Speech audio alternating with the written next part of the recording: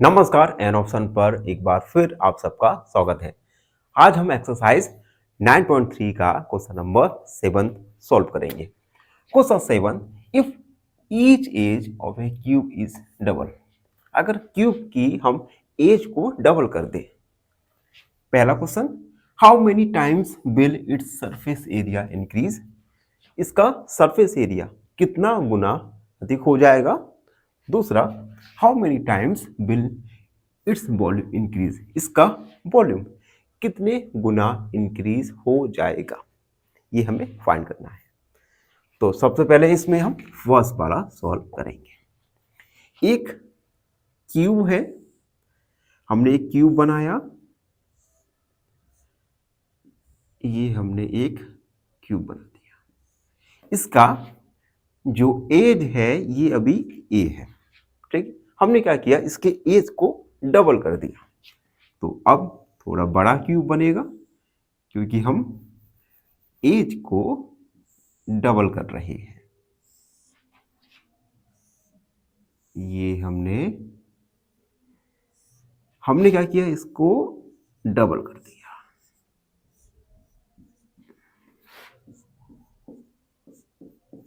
पहले ए था एज, अब हमने 2a कर दिया।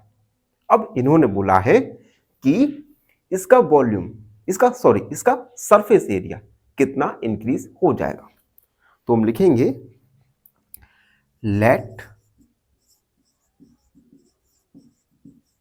ओरिजिनल एज इक्वल ए। हमने मान लिया कि जो ओरिजिनल है एज है वो ए है, ठीक है। Given date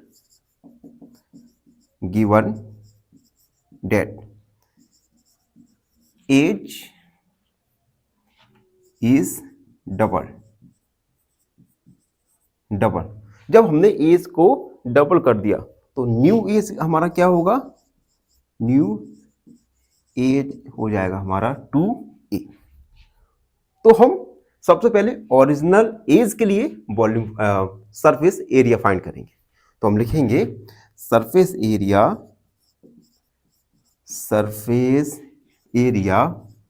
of original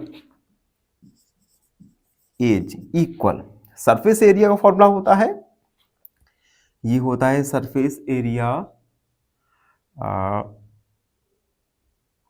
A 6a square. Surface area का फॉर्मूला होता है 6a स्क्वायर, ए माने एज, ठीक है। तो ओरिजिनल एज के लिए सरफेस एरिया निकल के आया and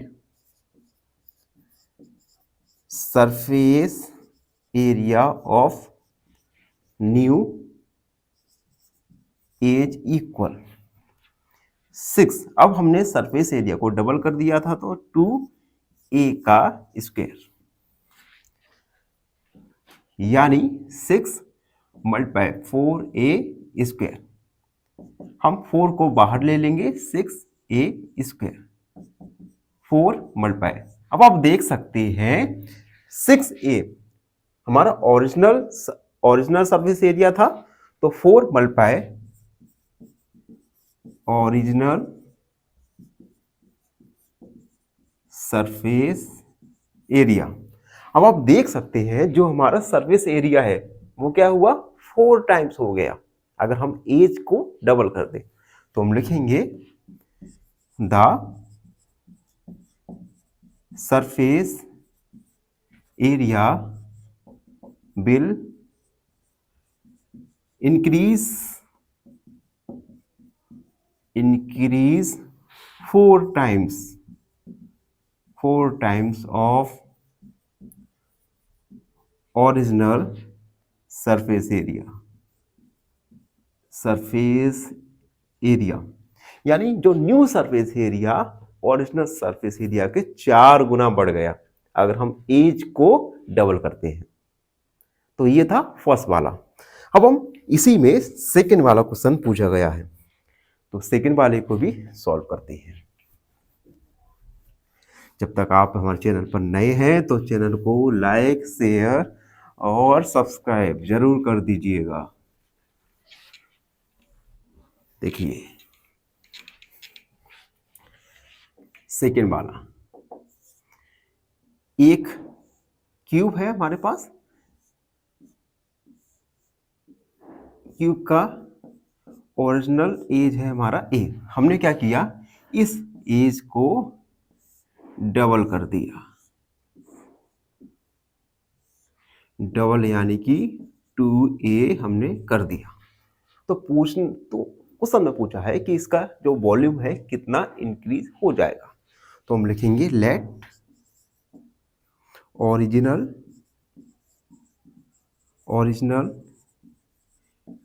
as of cube is a and अब हमें क्या करना है, वॉल्यूम, इसके एज को डबल करना है, v double its edge, then new edge of cube. अब हम जब इसे डबल करेंगे तो न्यू एज क्या हो जाएगा, 2a। ठीक है, अब हम दोनों ही कंडीशन के लिए वॉल्यूम फाइंड करेंगे। तो हम लिखेंगे, यहां फाइंड कर देते हैं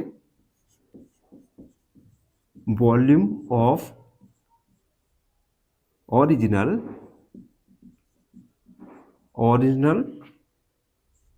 क्यूब। वॉल्यूम होता है क्यूब के लिए एज का पावर क्यू, एज हमें दिया गया है ए, यानी ए का पावर क्यू। ये हमारा ओरिजिनल वॉल्यूम आ गया क्यूब का, ए क्यूब। अब हम न्यू क्यूब के लिए, न्यू एज के लिए, सॉरी यहां पे एज करना है। अब हम न्यू एज के लिए वॉल्यूम फाइंड करेंगे, volume of new edge equal edge का पावर 3 यानी 2a का पावर q, यानी 2 दूनी 4 दूनी 8, 8a की पावर q, यानी 8 मल्टीप्लाई a की पावर q क्या है, ओरिजिनल